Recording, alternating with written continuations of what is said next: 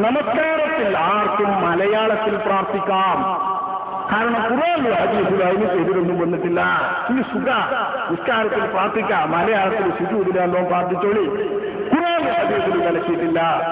നോക്കി ചോദ്യം ഞാൻ വായിക്കാം. നമസ്കാരത്തിലെ പ്രാർത്ഥനകൾ മാതൃഭാഷയിലാക്കാമോ? ഇല്ലെങ്കിൽ നമ്മൾ ഭാഷ മലയാളക്കാരായതുകൊണ്ട് നമുക്ക് നഷ്ടം തന്നെയല്ലേ, ഭാഷാപരമായ സംഗീതത്വമല്ലേ എന്ന് ചോദ്യം.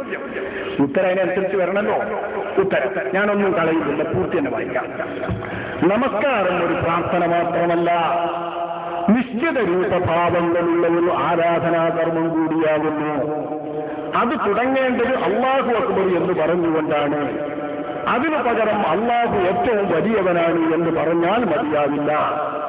നമസ്കാരം അവസാനിപ്പിക്കേണ്ടത് അസ്സലാമു അലൈക്കും എന്ന് പറഞ്ഞുകൊണ്ടാണ്. അതിനു പകരം നിങ്ങൾക്ക് സമാധാനമായിരിക്കട്ടെ എന്ന് പറഞ്ഞാൽ മതിയാവില്ല. ജ്ഞാനപ്രകാരം നിസ്കരിക്കുന്നതായി നിങ്ങൾ കണ്ടുവോ അപ്രകാരം തന്നെ നിങ്ങളും നമസ്കരിക്കണമെന്ന് നബി കൽപ്പിച്ചിട്ടുള്ളതുകൊണ്ടും ലോകത്തെ എല്ലാ മുസ്ലിംകളുടെ നമസ്കാരവും ഏകരൂപത്തിലായിരിക്കേണ്ടത് ആവശ്യമായതുകൊണ്ടുമാണ് നമസ്കാരത്തിലെ വിക്രുകളും ദുആകളും അറബിയിൽ തന്നെ ആയിരിക്കണമെന്ന് നിഷ്കർഷിക്കുന്നത് എന്ന് ആമുഖമായി പറഞ്ഞ ശേഷം കുറിക്കുന്നു.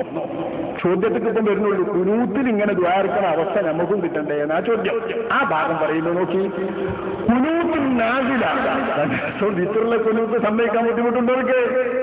അപ്പൊ റമദാനിലെ അവസാനത്തെ പകുതിയിലെ വിത്തറിലെ കുനൂത്തിനെ കുനൂത്തായി സങ്കല്പിച്ച ആ ചോദ്യം, ആ കുനൂത്തിനെ ഇവർ അച്ചുവരിക്കുന്നത് നോക്കി.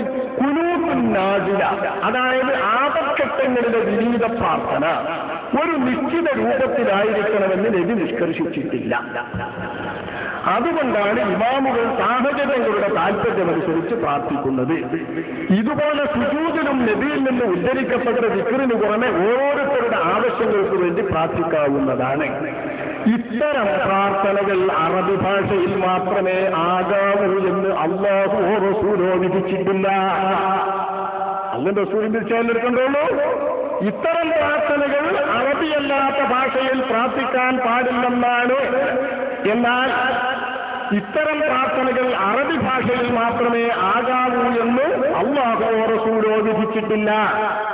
എന്നാൽ മുമ്പ് പറഞ്ഞ കാരണങ്ങളാൽ നമസ്കാരത്തിൽ അറബിയല്ലാത്ത ഭാഷയിൽ പ്രാർത്ഥിക്കാൻ പാടില്ലെന്നാണ് പല പണ്ഡിതന്മാരുടെയും അഭിപ്രായം. നബിയിൽ നിന്ന് ഉദ്ധരിക്കപ്പെട്ടതിന് പുറമെ സുജൂദിലോ ഖുനൂത്തിലോ നടക്കുന്ന പ്രാർത്ഥനകൾ മാതൃഭാഷയിലാകുന്നതിന് വിരോധമില്ലെന്ന് പറഞ്ഞ പണ്ഡിതന്മാരുമുണ്ട്. മുജാഹിദീങ്ങൾക്ക് രസമായില്ലേ? ഖുർആനിലും സുന്നത്തിലുമില്ല, അല്ലാഹുവോ റസൂലോ പറഞ്ഞിട്ടില്ല എന്നാൽ തന്നെ ഞങ്ങൾക്ക് മതി. ഓ അല്ലാഹു റസൂൽ പറഞ്ഞില്ലേ, പിന്നാരാ പറയാൻ? ഇതല്ലേ പഠിപ്പിക്കുന്ന തത്വം, പഠിപ്പിച്ചു വന്ന തത്വം.